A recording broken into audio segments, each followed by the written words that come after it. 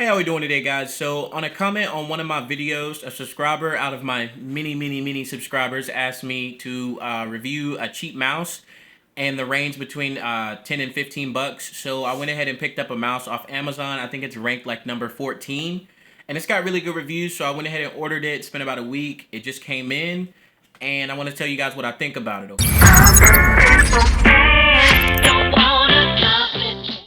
So I picked this mouse up for about $12.99 before tax, 13 and some change after that. So the mouse just comes in this small cardboard box, and when you open up the box, you just get the mouse right on top wrapped in this plastic material, and then right under that you get a little sheet that has the specifications on it. Now as far as the buttons, and this varies from person to person, I like to have extra buttons, maybe like a DPI shift button for sniping, some buttons up top next to the left mouse button. This one just has the same buttons that any standard mouse would have. It has a forward and back button, and then it has a DPI button right on the top, and then you got the scroll wheel click in the center, and then the left and right clicks. So this mouse comes preset with 4 DPI settings. You've got 1200, 600, 2400, and then you've got 3600. And you press that DPI button, and the LED lights will blink the amount of times. So say if you're going to 1200, it'll blink once.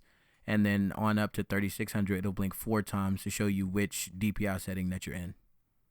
Now onto those LED lights, I was a little skeptical because the lights looked really good in the picture on Amazon, but they actually look really good when you get it in real life too. It goes through 7 colors, I believe, and there's no way to change it to a specific type of pattern or anything like that. There's no software, not that I've found anyway, and if you guys see any, please be sure to let me know down in the comments. But it does go through those 7 colors, and you do have the option to turn it off if you press the DPI button and the forward or back button at the same time.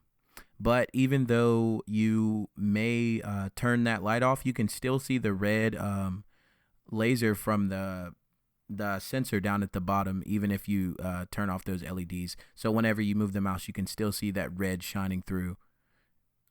Now it does say programmable buttons on the website, but I couldn't find like a specific software for this mouse in particular. So I just went online and I found a random software that I'll also have linked down below so you guys can take a look at it. And it allows you to reprogram the buttons how you want. And it does have a few settings in it. I mean, you could change each individual button, and then you could do like a second profile if you want to change between the two. Now, one benefit of being made of those cheap materials and less buttons is the fact that this mouse is super light. It's much lighter than my Iron Claw wireless, and it is even lighter than my Logitech Hero G502. Now, the buttons, though, I feel like they got the raw end of that. Like the forward and back buttons, they're a little bit more mushy than clicky, and I like my buttons to click. I like to be sure that I actually press that button when I click it. Now this is a larger mouse as far as length goes, and I have bigger hands, so I like a mouse that can actually fit in my palm, or else my fingers are just hanging out everywhere.